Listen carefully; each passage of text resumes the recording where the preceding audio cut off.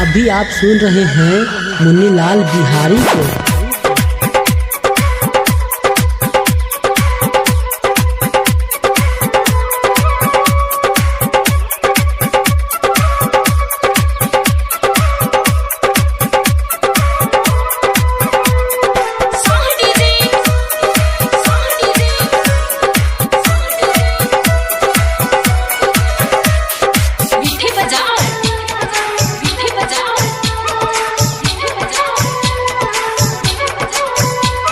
Singing by Munnilal Bihari. रक्षा बंधन आइल हो भैया कहिया आइब हो, बांधव हम कलाई रखिया।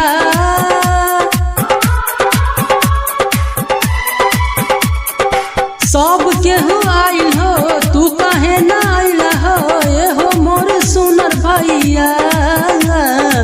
रक्षा बंधन आइल हो भैया कहिया आइब हो, बांधव हम कलाई रखिया। सब केहू आइल हो तू कहे न आइल हो, ये हो मोर नीमन भैया, ये हो मोर सुनर भैया।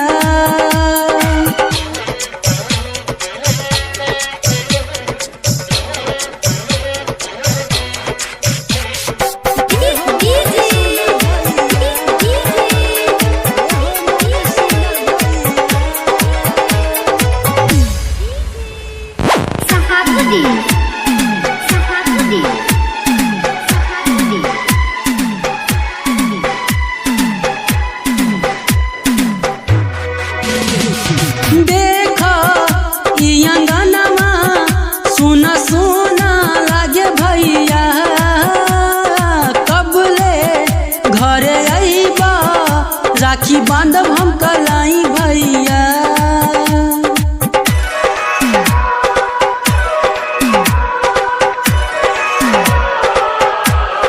हाँ देखो ई अंगनमा सुना सुना लागे भैया, कबले घरे आइबा राखी बांधब हम कलाई भैया।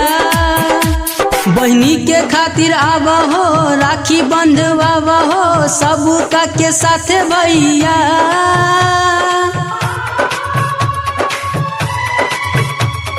सखी सबके भाई हो घरे आई गइल हो, कबले आइब तू हो भैया।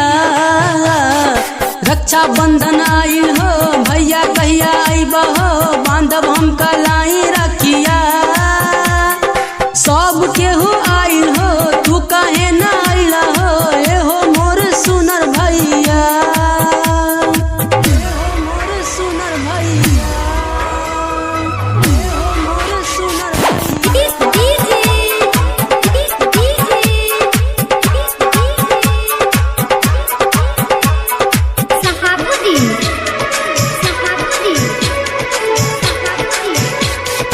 भैया तोर बहिनिया तोहरा के गाँव में बोलावे ले, रक्षा बंधन ता भाई बहन के तमिलावे ले, भाई बहन के तमिलावे ले, भाई बहन के तमिलावे ले।